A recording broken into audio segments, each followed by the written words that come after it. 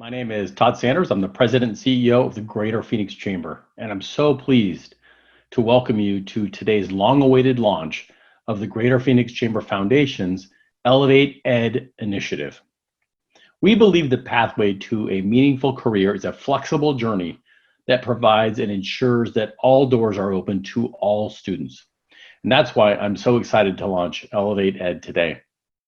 I would like to begin by thanking the founders of ElevateEdAZ, without whom this initiative would not be possible. We greatly appreciate Bloomberg Philanthropies, Farrell's Foundation, and the Arizona Community Foundation for their support in developing ElevateEdAZ's strategic plan.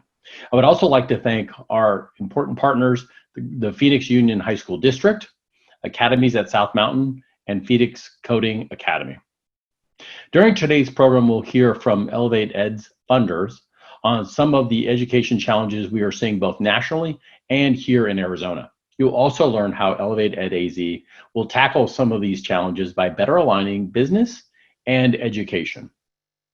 Now, if you have any questions throughout today's program, please submit them through your Q&A pop-up box on the side of your screen, and we'll have some time at the end of the program to answer some of these questions.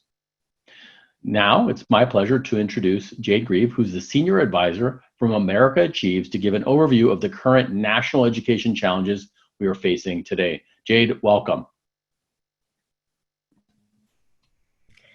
Thank you, Todd, and thank you for the invitation to be here today and to speak. As Todd just mentioned, I was given the somewhat difficult task of sharing a few challenges on education on the national stage, and so I'll try and keep those minimal and related to the topic that we're all here to discuss today. By way of quick background, I thought I would just share a large part of my work over the last 5 years has been working with Bloomberg Philanthropies to help them build out a new education portfolio focused on better linking education and employment with programs and pathways that provide more high quality opportunities for young people, particularly focused on high school students, and helping them to get the career education skills and experiences that's necessary for success in today's and tomorrow's economy. And particularly trying to broaden the base of who and with what skills, experiences and credentials get access to good jobs. And so we're pleased to be partnering with the Greater Phoenix Chamber Foundation as they develop their strategic plan. One other thing, just before I dive into the specifics, it feels kind of impossible to talk on any of these topics without referencing COVID, which has upended and reshaped many of our lives in ways we could have never imagined. And the same is also true in respect of education, and particularly stark in respect of education. COVID's unprecedented impact uncovering lack of access to both computers and internet, the risk of significant learning loss at all stages for young people, and the significant and somewhat still unknown impacts on students and teachers' social and emotional well-being are factors that we must carry through the work of improving education as a driver of economic mobility. But to turn to the topic at hand here today, I think there is kind of a flow through there. I think while certainly COVID has changed a lot for us, I think in respect of this work, I would say that it's created an accelerant and created much greater urgency, although I think we all felt the urgency for this work before, to really address the links between education and economic mobility, as we've seen youth unemployment skyrocket and significant numbers of young people questioning or altering their post-secondary plans. So to the request specifically, I wanted to just touch on 4 points that I think are relevant for today's conversation and for the work that the Chamber Foundation is setting out to do, that we'll hear more about today. Firstly, I call this like building a system for the 100%. I think as many of us know, the changing nature of work has really changed kind of what it means to get access to a good job. And so while the whole high school diploma many years ago was enough, that's no longer true. And I find it amazing to like be in the situation of referencing just a couple of years ago talking about Georgetown research that showed that in 2020, 2/3 of all jobs, all good jobs would require, would require some post-secondary education and training. well, it's 2020, and that number just doesn't line up with where we see outcomes in our post-secondary education system today. So I think there's a lot of work to do there. And in addition, we see the skill requirements really changing across all, most if not all job types. And so while we've made really good gains in many of the programs designed to lift college access and success, there's a lot more to do. And I came across a statistic yesterday, which relates to New York, which is where I'm joining you from. And it mentioned, it was just a very good example, I think, of this kind of leaky pipeline challenge. And so it referenced that for New York, for out of an average 100 students that start grade 9, only about 20 of those end up with a degree.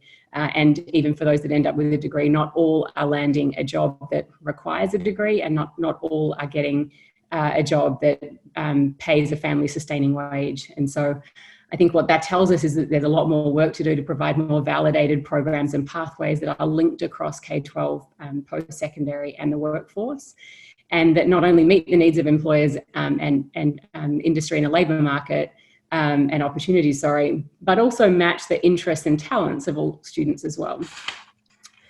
And so to that point, I think that the second area I wanted to touch on is just the need to really build and the challenge, I guess, around building and scaling high quality aligned programs and pathways. And what I think is great about the work that we'll hear more about today is that, one thing that we've seen is just the hyper locality, if you like, of economic mobility work. And so really needing to do that in states, cities or regions and focusing in that way. And this really means, it could be updating, it could be building new programs or pathways, and in some cases also needing to retire ones that no longer match the needs of the local workforce. And it also includes ensuring that students have access to, within those programs and pathways, high quality credentials that are valued in the labour market. And so that's more than recognition, it's that they provide opportunities, they're validated and recognised in the hiring process, and optimally are also stackable into further learning. It also means that those programs are providing links and access to early and meaningful college credit that articulates to strong degrees. And lastly, that those programs and pathways provide expanded opportunity for young people to access work-based learning opportunities, and particularly including those at the more immersive end, like internships and apprenticeships, that really provide those linkages into work opportunities for students going forward. The third thing I'll say is, in relation to the challenges, I guess, is creating systems and processes that can facilitate and incentivize engagement from education and business. We know that in many ways, like the connection point crosses over both, and it's traditionally not been the job of either just education or just business, but I think finding ways to talk common language and have shared processes and systems are really important. In addition to making those processes help streamline ways for it to be understood what the knowledge, skills and abilities are that students will need for success in the workforce, to ensure that they're not just incorporated but are validated and updated regularly, and that those partnerships seek to expand significantly from where we are today, the number of work-based learning opportunities, and do that in a way that kind of helps people on both sides manage that process, given that that is a complex and more challenging task. And then the last point I wanted to reference in respect of challenges, and I think this probably could be true across most industries, but certainly true in education, is around data. And I think two key points to touch on here. One, as many of you will know, the labour market and work and nature of work is changing rapidly, and being able to have a system that can track, share, and feed out information on what are those, where the opportunities are, how that's changing in a way that's timely and meaningful for education and workforce partnerships is incredibly important. And then secondly, I think data and data systems that can help education and workforce initiatives really understand where programs are successful and where there's room for improvement, and particularly, I think, providing opportunities for parents, students, and educators to really understand where those opportunities exist and what the current landscape looks like. So those are a couple of key things I wanted to touch on quickly in this time. Obviously not exhaustive. There's plenty of other issues: funding, access to qualified teachers. I could go on, but I won't bore you. I did want to just lastly call on one last point, which is transitions. I think this work that we'll hear about today and that I was referencing in some of my comments is obviously around both programs, but I think big important systems change that we need. It's important to balance that with the challenge of the immediate. And I think we've seen some reports. I'm not the expert on this myself, but certainly some reports that students that graduated this year from high school graduated into the worst economy since the Great Depression. And the class of 2021 is not exactly off to a normal start for them either. So I think we really need to be mindful that for those students that are really bumping up against education in the labour market in this current climate, that we need systems that will support and programs that will support them to stay connected to education and work. So that's what I wanted to share. Thank you so much for the time. Glad to be here with you all today, and I look forward to the rest of the conversation, and I'll turn it back to you, Todd. Well, Jade, I want to thank you first of all for joining us from New York. Your comments about transitions and our current situation, kids graduating this year, next year. My kids in class of 22 from high school. It is certainly something we need to focus on, and I appreciate you highlighting that and also your support throughout this process. You've been a tremendous resource for us as we try to really do this work in a meaningful way. So thank you. I'm now pleased to introduce Adriana Morieta, who is the Executive Director of the Pharos Foundation, to share how these national education challenges translate locally here in Arizona. Adriana, welcome. Thank you so much, Todd, for the introduction. Good morning, everyone. We are so excited to partner with the Greater Phoenix Chamber and with America Achieves in this effort. I think as we hear the challenges and opportunities that Jade outlined and that are taking place across communities, we can't ignore that those are very similar to those taking place here in our state. We can see a few years ago, the Pharos Foundation decided to take a tour of schools across the state. And we saw schools providing students with educational experiences that were hoping to inspire them to stay in school and allow them to see a path beyond high school to a successful career. However, we saw that those efforts were in some cases leading students into careers with little opportunities because of the lack of alignment to industry and little opportunity for hand-on engagement, or as we call it, work-based learning. We couldn't ignore the determination of parents and educators to give students a relevant education experience. And we saw it as an opportunity to engage business, which is when we reached out to the Greater Phoenix Chamber. Business plays a significant role in helping align education to industry demands, but also in providing students with an opportunity to see many options moving forward. ElevateEdAZ does just that. We will hear a little bit about it from Jennifer in a minute, but it brings education and business into a partnership that is beneficial to our students, but also to our state. We aspire to see our students graduate in high school with skills to take on the labor market or to go on to college with a clear career path. To tell us a little bit more about ElevateEdAZ is Jennifer Meller, Chief Innovating Officer for the Phoenix Chamber. Welcome, Jennifer. Well, good morning, and thank you, Adriana and Jade, for not only your financial support of ElevateEdAZ, but for the time, expertise, and guidance that you've provided over the last several months as we're looking to build out our strategic plan. And as Adriana mentioned, I want to give a brief overview of what we're trying to accomplish with ElevateEdAZ. And as many of you know from prior stakeholder meetings, we are looking to create a strategic plan and a model that can be replicated in regions throughout Arizona. And we've planned a 2.5-year pilot that will assess the strategic plan and determine the feasibility for statewide scale. So the Chamber's Foundation is serving as the intermediary in this process. And we've partnered with Phoenix Union High School District to help prepare Arizona students for college and career through stronger alignment between education, business, and the community. And our goal is threefold. First, we're looking to align classes and curriculum with workforce needs. We're also looking to create opportunities for students to apply those academics through work-based learning. And then lastly, increasing student exposure to career pathways throughout their high school experience. And one thing that's often missed is work-based learning opportunities, as Adriana mentioned. And work-based learning is an educational strategy that will elevate a student's classroom learning by connecting it with the workplace. And as you'll see here, work-based learning includes a full gamut of engagement that can range from 1 hour commitment for employers all the way to a full internship. And as part of our strategic planning process, DCM consultants and Excel and Ed conducted a landscape analysis of education in Arizona. And I want to share some of those findings today with you. I think you'll find that the data closely aligns with the information that Jade just shared.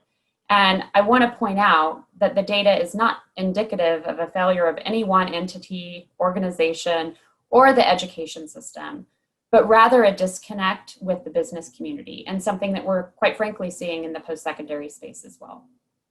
And there are real challenges that exist in meeting industry demand and meeting industry need. Just one example is we all know that it's hard to find somebody that's willing to leave a 6-figure paycheck in the private sector to go and teach students. So ElevateEdAZ is here to address some of these challenges, but I also want to note that it's going to take all of us in this entire community to make it happen. So let's dive into some of the data. Just so you all know, we will be sending out our landscape summary following this event, and you can also access the data on our website at ElevateEdAZ.com. Thanks to initiatives like College Success Arizona and Achieve 60 AZ, we are well aware that there is a gap between educational attainment and demand.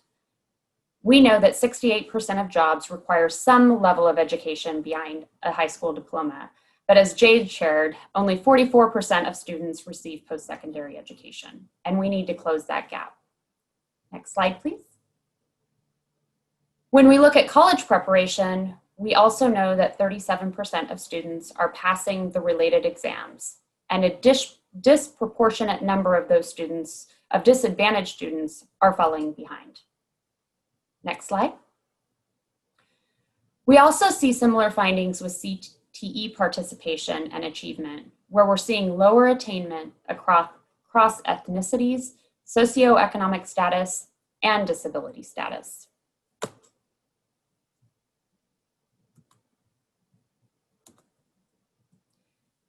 This table features a few of the highest ranked CTE programs by participation.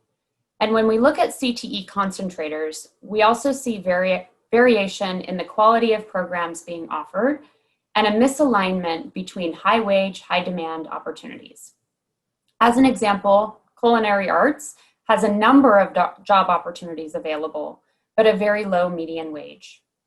If we look at the next line, sports medicine and rehabilitation, you see that there is a much higher wage, but fewer number of jobs.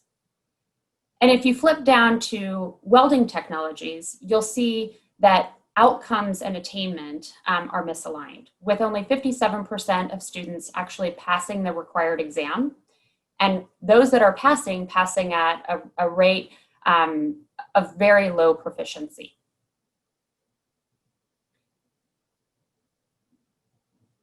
Next slide, please.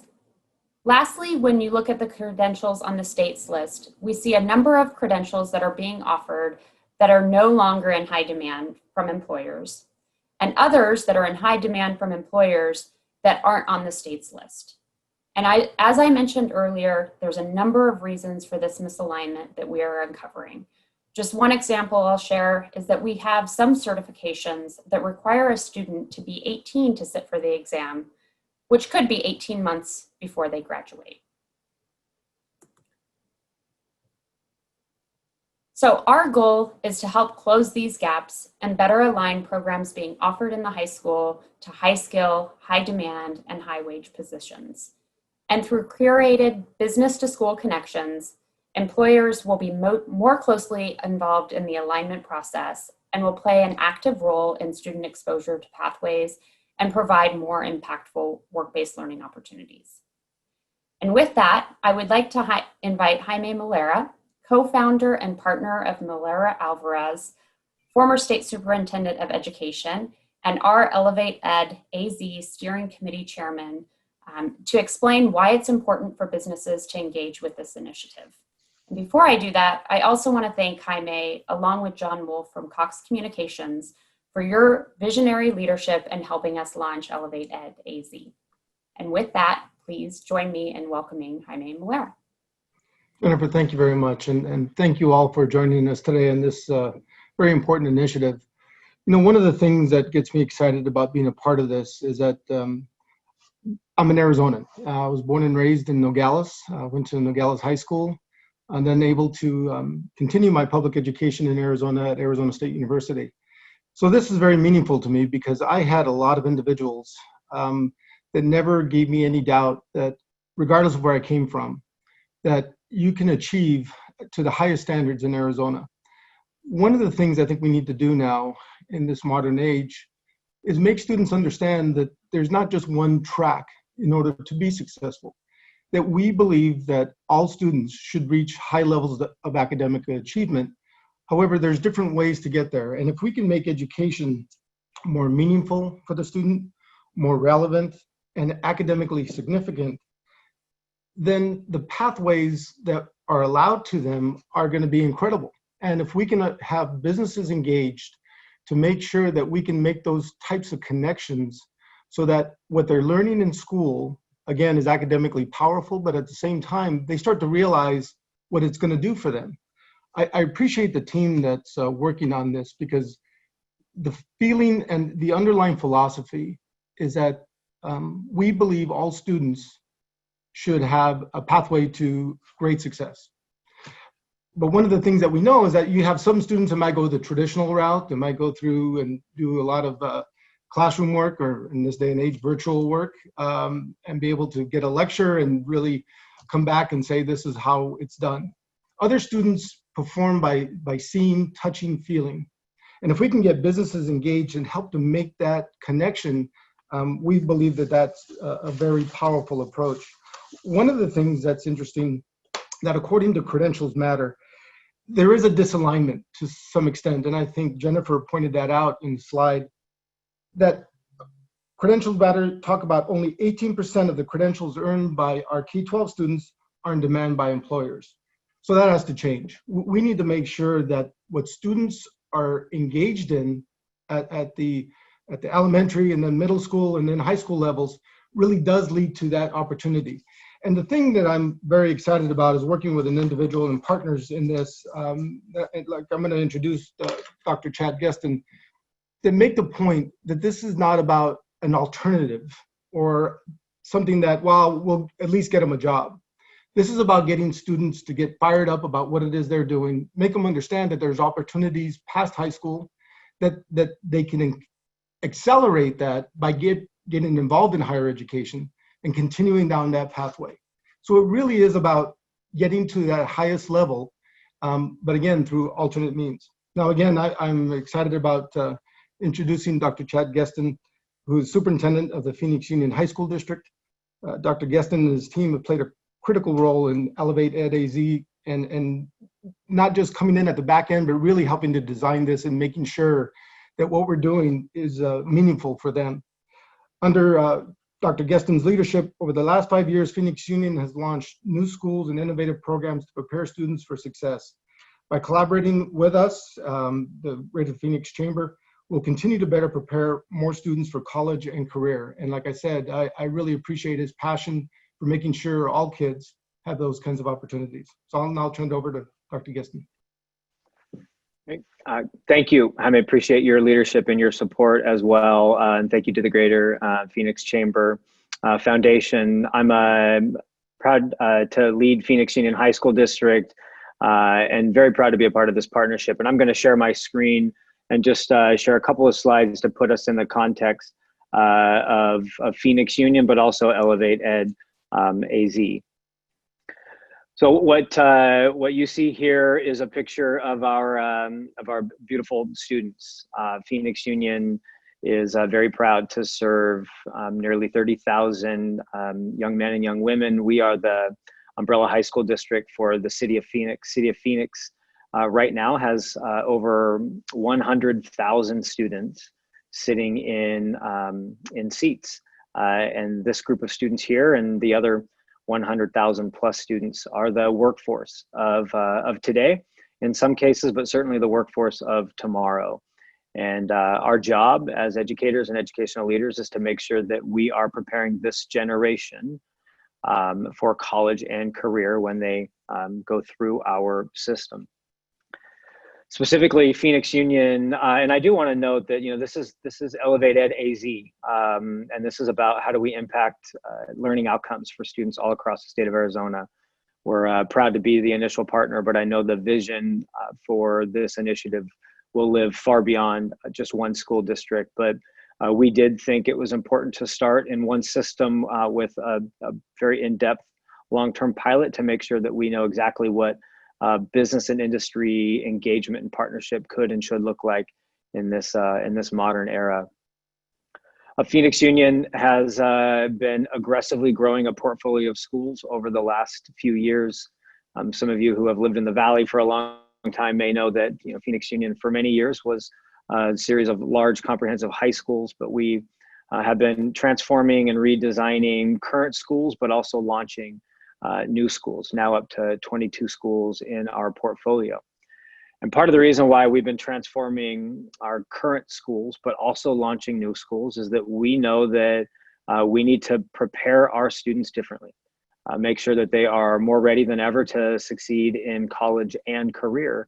And that's ever changing and looks very different today, not just because of COVID, but very different over the last 5 to 10 years. And you heard from Jade and you heard from Jennifer and Jaime about the workforce of the future requires a much different level of training and type of training, and in virtually every case, post-secondary experience. And Phoenix Union for the last few years has been working really hard on college-going initiatives, making sure that we're sending our students to get hands-on experiences at college, making sure that AP, IB, and advanced coursework is truly preparing kids for the rigor of college. And at the same time, Phoenix Union also knows that it is our job to also simultaneously prepare our students to be successful in career. And we think those two go together. You heard Jaime allude to that as well. We believe pathways should prepare kids for both college and career. And what we've realized over the last few years is that as we build and design new programs, not just culinary as the pictures you see here, but as we think about the future of healthcare, the future of STEM careers, even the future of the construction trades, whatever that might be, that school systems like Phoenix Union and others across the city, the state, and really our nation should not and cannot develop curriculum alone. And that we can't do it alone. We don't have the capacity to really meet the needs of every learner. And so what we've realized is that it is incumbent upon us to partner very differently with business and industry to make sure that the curriculum and the courses that we are offering our students, whether that's an engineering course, whether that's a cooking course, whether that's a healthcare course, to make sure that that course is truly preparing our students for that industry. Not just preparing them for college, but preparing them for that industry, getting them excited about that industry. But it even goes far beyond that, that we want to expose our students to more than just curriculum. We want to expose them to experiences, to internships, to bring in guest speakers, many of the things that you heard today from Jennifer. And so we know that this is a partnership that has to be much bigger and broader than just a K-12 system, but must involve business and industry as well. And we are very excited, as you heard and saw so far today, that we are going to begin this partnership at Phoenix Coding Academy. We launched a coding high school just a few years ago, graduated our first class last year. But when you think about, even as an example, the future of the technology industry, whether that's computer programming, software development, cybersecurity, we want to make sure that when kids leave Phoenix Coding Academy, they are truly prepared for the future of technology, not just what it looks like today, but to make sure that whether they go straight to college or go straight into a career, they're truly prepared. And again, we can't do that without really strong partnerships with business and industry. But it's also, this partnership is not just about small specialty schools, it's also about our large comprehensive campuses. And so the second part of our pilot is at the academies at South Mountain in South Phoenix, where we offer multiple college and career pathways. And you see just a few here, from the aeronautical industry to the healthcare industry to marketing and communications. And again, regardless of what career path a student chooses, we want to make sure that through strong business and industry partnerships, we are creating graduates and producing graduates that are fully prepared to excel, whether they go straight to college or career after Phoenix Union. So I'll have a chance to answer some questions a little bit later, but just wanted to show through pictures what this partnership can and will look like. And I'm very grateful to the Chamber, and I will now turn it back over to Mr. Todd Sanders. Thank you, sir. Well, Jaime, Chad, I want to thank you both for sharing the importance of business and education collaboration from each of your perspectives. And I think this is proof that it can work, and it can work well. Elevate Ed will impact the lives of not only students, but their families, teachers, and our communities. And I think it's going to strengthen our workforce by allowing employers the opportunity to build the workforce they need by working directly with students and teachers to develop the skills that will make students successful in college or career. So what I want to do next is key up a video that we developed with our friends from Ideas Collide. We're excited to highlight how ElevateEdAZ will impact as we continue to grow and move forward. Well, it looks like we might be having some technical difficulties in the background, but we'll get that video queued up as soon as we can. In the meantime, what I would like to do is to go through some Q&A, and I do encourage you, if you have some questions. I know we've had some questions that have already come up in our discussion so far. If you have questions, please do go ahead and put those in the Q&A box, and we'll try and get those answered. But I'd like to ask Jaime and Dr. Geston to join me for a few minutes as we go through some of these questions, and maybe I'll start and let you all chime in as necessary. But talk to us about the types of businesses that would benefit most from participating in work-based learning, and what does that commitment look like for companies? And I'll throw it out there to either Jaime or Dr. Geston. I'm happy to go first. The truth is we've had our in-depth conversations, Todd and Jaime, as you know, and as we've met with business and industry, I think it's tough for me to find an industry that wouldn't benefit from partnering with the K-12 system. Mm-hmm. When you think about the future of workforce and the demands of workforce, and you look at one system like Phoenix Union, we'll graduate almost 6,000 students this year. That's 6,000 employees. And when you think about the growth in the construction trades and the healthcare industry, as I talked about in the STEM fields, the finance fields, that I hard pressed to find an industry that wouldn't benefit from these in-depth partnerships. And I think to the second part to your question, what does that look like? For us, it's a combination of the things that we heard from Jennifer earlier. It's not just giving kids some hands-on experience in the workplace. If a kid wants to get into an engineering field, to allow that student to experience a day in the life of an engineer. But it's also training our staff that we want to make sure that if we have a teacher teaching an engineering course or a teacher teaching a coding course, that teacher's fully equipped to teach the curriculum and the rigor that's needed in the future. And as I've said many times before, that's work that we shouldn't do alone. We need to do that curriculum development, that teaching side by side as much as possible. And Jaime, let me rephrase that a little bit. Why should it matter to business? I mean, they're doing their work, they're producing for the economy. Why should they care what's happening in the classroom? Well, if you recall, not that long ago, Arizona went through what we call the Great Recession, and it was very dramatic for us. And one of the reasons that we went through this is we were very, very much of a growth state, right? That was our fundamental thing that we did. And one of the things that we've learned is that we need to diversify our economy. And one of the important things about diversifying the economy, and you've seen huge uptick in our manufacturer section and our bioscience sector. I mean, you're seeing a lot of different sectors starting to come out here in Arizona or grow in Arizona.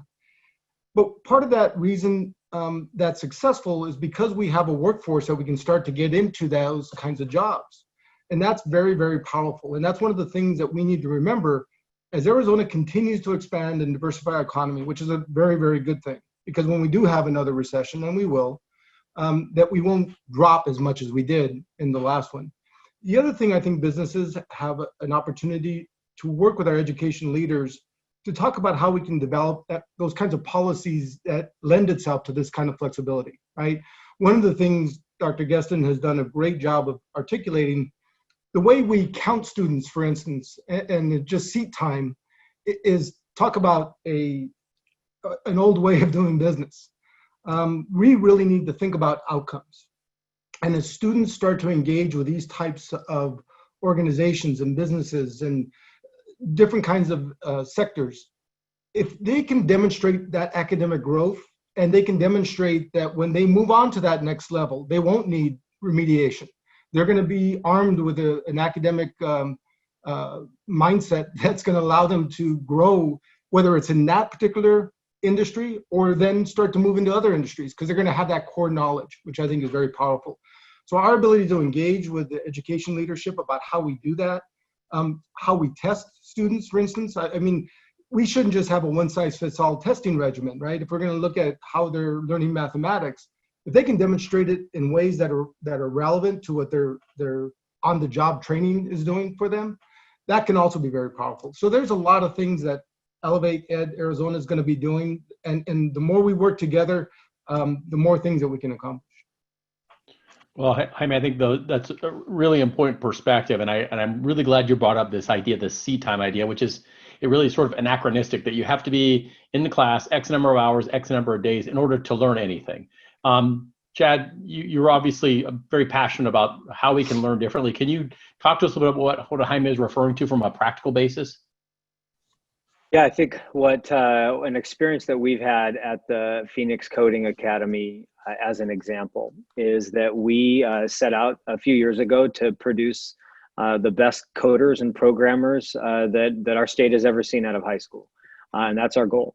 But we've run into some challenges with some of the old regulations and policies and laws here in Arizona that says that in order for a student at Phoenix Coding Academy, as an example, to graduate on time with the right number of credits, that they need to be sitting in that building at the Phoenix Coding Academy versus being out in the field, going and working in a cybersecurity lab, sitting shoulder to shoulder with a software developer, out in business and industry, getting internship hours, working on certifications. That's not how our state's educational system is set up at this point. And so I do believe very strongly that through this partnership and this launch of this initiative, ElevateEdAZ, it's not just about impacting this small number of students. I think it's going to challenge us and force us to ask the right questions of what policies and laws need to be changed in order for school systems to truly prepare that next generation workforce. Absolutely. I mean, we need to be competitive, not only statewide, nationally, but globally. There was a question I can help answer this. Reb Lieberman asked what TSA means, and that means technical skills assessment. And it is the measurement of a student's aptitude and attainment. And so that's what we were referring to, and thank you for that question. Sticking with you, Chad, clearly as Jade mentioned, COVID changed the world in mostly bad ways, but we've had to adapt to that, and the virtual side to this is something that we never thought we would have to do. Talk to us about that, and then Jaime, I'm going to want to go to you a little bit to talk about digital divide, but Chad, talk to us a little about how this has impacted what we're trying to do. Yeah, I think you heard Jade mention this as an accelerator. I've shared many times that COVID, in some cases, an eliminator, right? It's eliminated certain jobs, certain industries. It's also accelerated others. It's also an innovator. It's forcing school systems and business and industry to think differently. And certainly because of digital divide, I heard you say you'll ask Jaime about that, so I won't go into detail, but we've been impacted, I think, in some negative ways. However, I think there's great opportunity. And when we think about engagement with business and industry, one of the greatest challenges that we had when we think about co-teaching lessons in a classroom. If we want to teach an engineering course at the academies at South Mountain, in the past that would have required, in our old frame of mind, that an engineer leaves his or her job, drives an hour, teaches an hour, and then drives back to his or her job. And the reality is now, with the technology that's been created and being used, that I think bringing business and industry to the classroom could be easier than ever. We don't want it all just to be virtual, but I think that this current COVID landscape, what it looks like today and what it will look like post-COVID, I think could actually lend itself to even stronger partnerships and classroom opportunities, and even externships for our teachers than ever before. Thank you, Chad. So there, hopefully a silver lining somewhere there, and hopefully that's where we go. I mean, you obviously, many people might not know you're our chair of our public affairs committee, and probably not a meeting goes by that you aren't talking about education and some of the challenges. And clearly, digital divide is one of those. Can you talk to us about how you see this playing out? Well, one of the problems is that under our school finance system, a lot of the capital dollars, a lot of dollars that go into technology development within school districts come from the local property wealth. And some school districts, luckily, have access to a lot of property, whether it's commercial property that's within their boundaries or their residential property is a much higher level that they can draw upon. So they usually are able to deal with creating infrastructure that give kids access, right? And when COVID hit, we saw that very dramatically. You had a lot of school districts that didn't have access to that type of capital that could allow them to get kids the kind of computers they need, the bandwidth that they needed, Wi-Fi, basic things like that. You know, the Greater Phoenix Chamber jumped in right when this happened, and we helped to get laptops to schools and, you know, put our money where our mouths are. But we have a long way to go. And one of the things that we need to think about, and it goes back to what are the policies that undergird what we're trying to do. That's part of it. I think we need to look at all of these factors Dr. Geston had mentioned that would make more flexibility, but make it based on actual academic achievement. But then let's talk about what are the investments that we need to make that are strategic, that could have a huge return on investment. And that's part of this. We're not just going to come up and produce a fancy little document in a few months and say, hey, this is our report and everything's fantastic. Read it and you're going to be fine. I think this is about actually doing and working together and trying to come up with solutions. We may not come up with all of them, and we may not be able to fix things, but I think the more we start working together and really look at what can be impactful, I think this could have a very big impact on Arizona's K-12 system, as well as Arizona's higher education system too. Well, I think after this is over, I'm going to ask you and Dr. Geston to both go to Congress. This is exactly what's missing there. So thank you for that. There's a question from our audience about, are you working to promote any alternative credentialing efforts for professionals who wish to move into K-12 teaching, either full or part-time or upon retirement? Is there flexibility for long-term instruction by industry leaders? And I'll throw that out to both of you. So actually, we have had a few initial conversations about this. And in fact, Pharos Foundation, you heard from Adriana earlier, the Pharos Foundation has actually brought up this conversation many times, which is how do we truly start to bring those in industry into the classroom? And some may want to just come in and be a guest teacher or guest speaker, but some may actually be willing to shift careers and pursue alternative certifications. And so we don't have a specific strategy yet, but I can tell you that we have had multiple conversations with individuals who may want to switch careers midterm, but we also have many individuals retiring at a relatively early age from their industry, and to come back and teach for 5 to 10 years post-retirement with real, true relevant experience in business and industry, we think it'd be very helpful. So certainly through this initiative, that will be a conversation that will continue and hopefully create a really good strategy for. Thank you. Todd, when I was on the State Board of Education, that was one of the big issues that I pushed for. I think we need to be giving superintendents and our school leaders, like Dr. Geston, maximum flexibility, right? If they know that there's somebody that is of talent that through his tutelage can be impactful on behalf of these students, I think we should give them as much flexibility as possible to get them in and to be that mentor or that teacher of students. I think sometimes our mindset is, well, does this follow the process? And I think we need to get away from process and again, talk about outcomes. Will this help that student get to that next level? And that should be the driving force. Now we've made incrementally, I think, some progress over the last few years, but there's still a long way to go. And again, that's why I believe this particular effort can be very powerful in breaking through and saying, okay, this is what we should be doing and how we should be doing it. And that's one of the commitments I know, Todd, you've made and our chairman, John Wolf, has made, that we're also going to be using this as a way to promote these kinds of policies that make a difference and actively lobbying the legislature to say, here are the things that we're finding in partnership with our education leaders that really could be a benefit.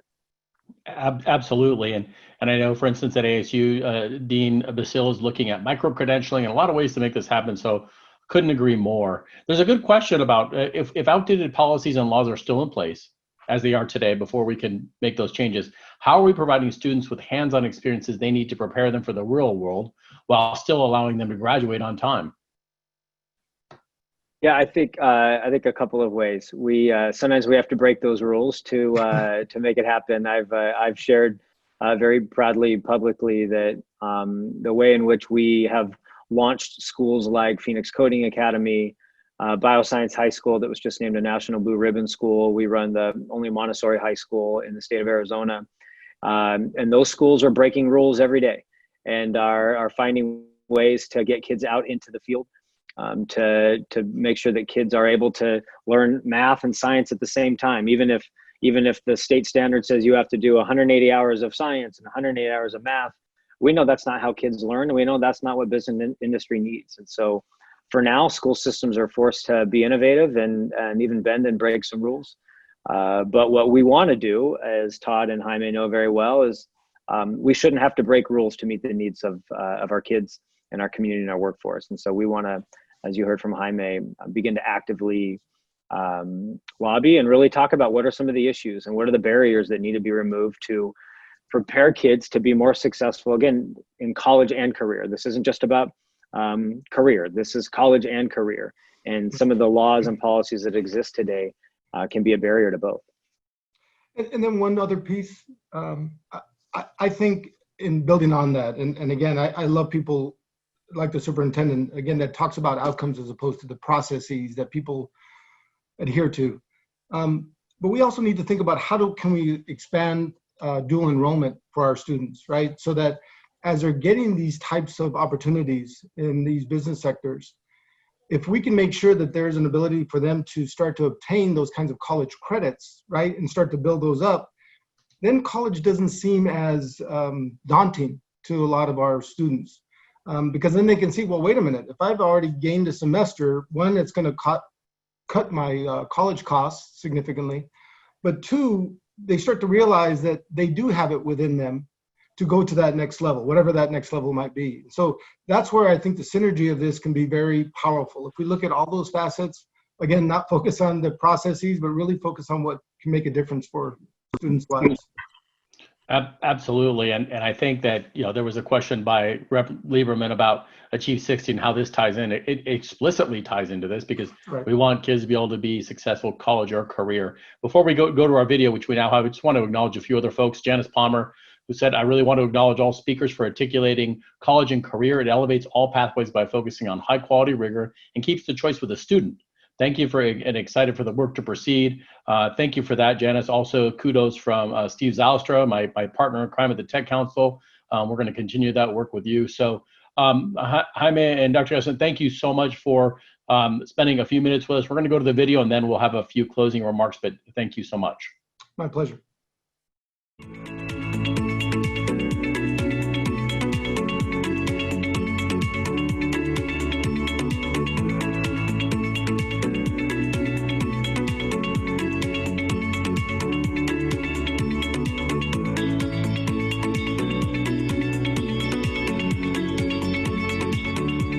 There seems to be what I'm going to call an exposure desert, that students are exposed to traditional schooling, but they're not necessarily exposed to the options that await them.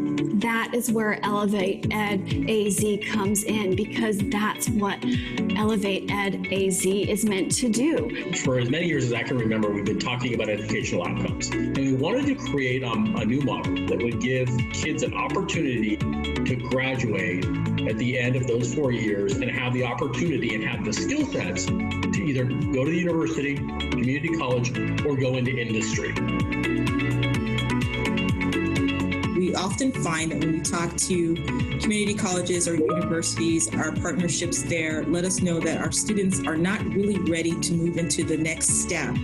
Where I see challenges is in the high school to career. Students are ready for high school maybe to work, but they're not quite being prepared to go from high school to career.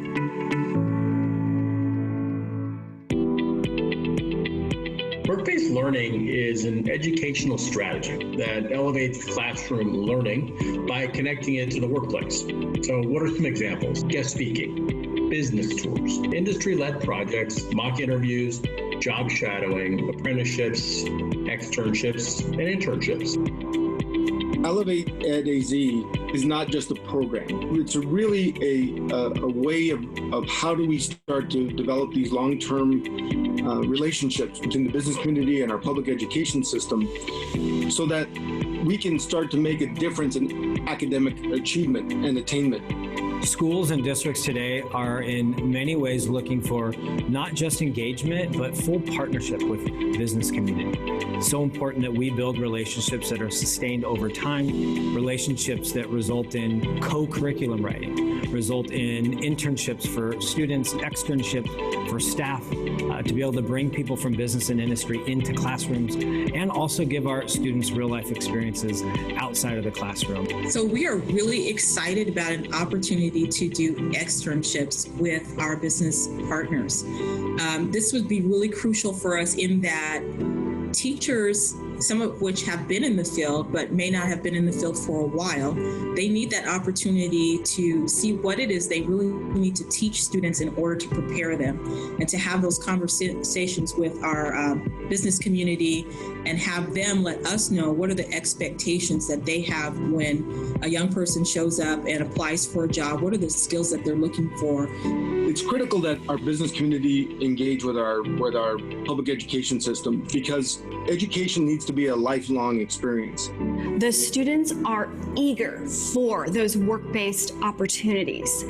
So that's why we're eager to work with ElevateEd to make those partnerships and develop those relationships. So maybe when they're freshmen, sophomores, and juniors, they can start to build that relationship and see them in that world of work.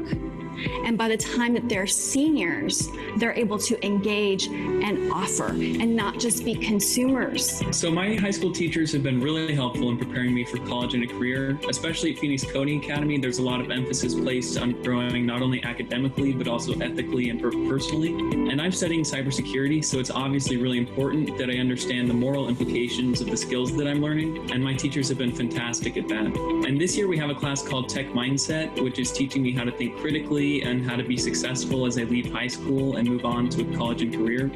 So I really don't think that I could have asked for a better high school experience.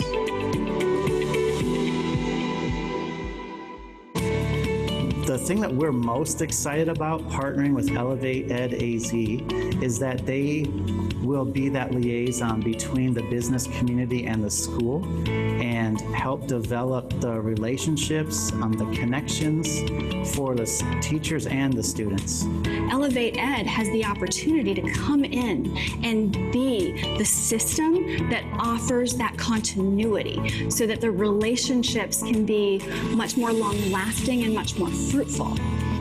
We decided to participate in ElevateEdAZ virtual teacher externship because it's a way for us to be involved in the community. And with roles in information technology outpacing the qualified candidates, it seemed like a great way to start getting the word out at a younger age for people to start thinking about it for their career.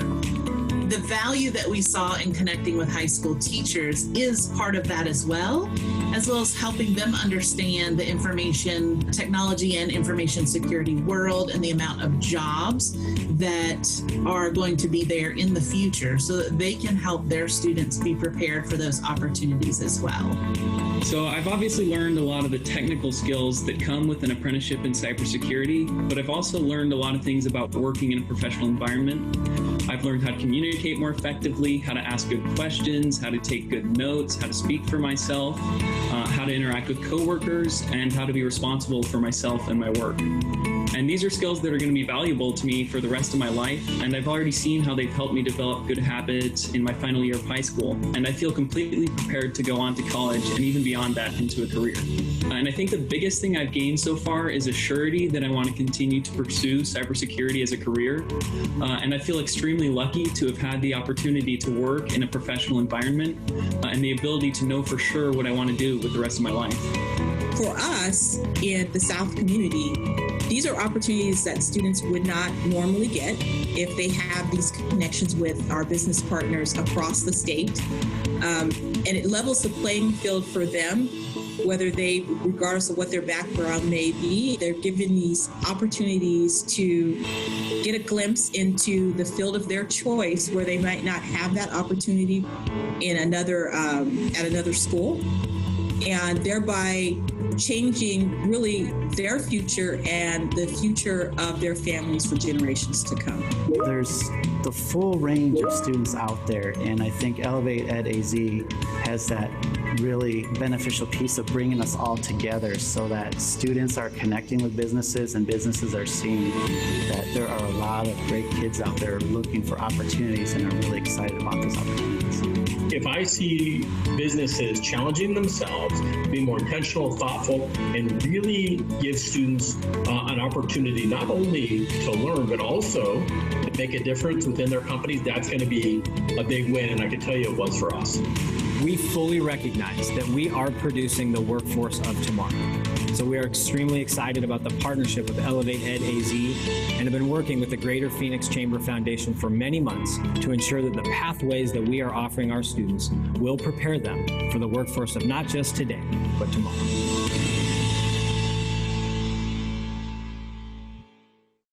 A great way to sort of tie things up this morning. I'm going to close with a few final thoughts, and I'm actually going to close with a question. We got a question in our box about from Josh asking how the business community can advocate for state level policies or the K-12 system that will allow for alignment to be successful in their future, either in college or career. And so really that's exactly where I want to go, and I want to go to a call to action. You know, we're thrilled to launch ElevateEdAZ this morning, but I would be remiss if I didn't offer you that opportunity to roll up your proverbial sleeves and help make this a reality. And there's a few opportunities. First, I'd like to invite you to join us on November 2nd or November 5th for a feedback session on our draft strategic plan. There's a lot there we ask for, and we welcome your thought leadership to ensure we have a sound and sustainable strategy going forward. We're also asking our businesses to lean in with students. For example, over the summer, the Chamber Foundation hired an intern and really couldn't have been more pleased with the experience. I certainly hope that she would say the same thing.